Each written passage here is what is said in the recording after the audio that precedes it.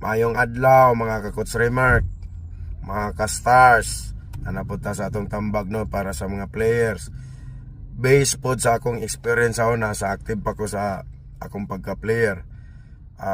Ang ako yung mindset good is I make sure nga ako yung pinaka-paspas since gamay magay ko nga point guard ug ako yung pinaka-kondisyon sa tanan. Especially pag abot sa practice, ako ginangipo sa akong kaugalingon nga mulabaw gigogyod, ako yung pinakakusog mudagan, ako yung pinaka-energetic, ako yung pinaka-kondisyon. Mao gina akong mindset good. Aside sa kutsabol, kay gamay pagay ka nya ya pagay ka, mao nang pag-abot sa dula wala gyud ka gyud. Unya ako yung gidevelop ang ako ang jump shot, akong quick release. Kay kung mag switch shot ko wala butata ta permintes mga tag-as nga player, especially kung diri lang kas Bukidnon, daghan kay mga player diri nga tag-as kayo nya may pagibandula.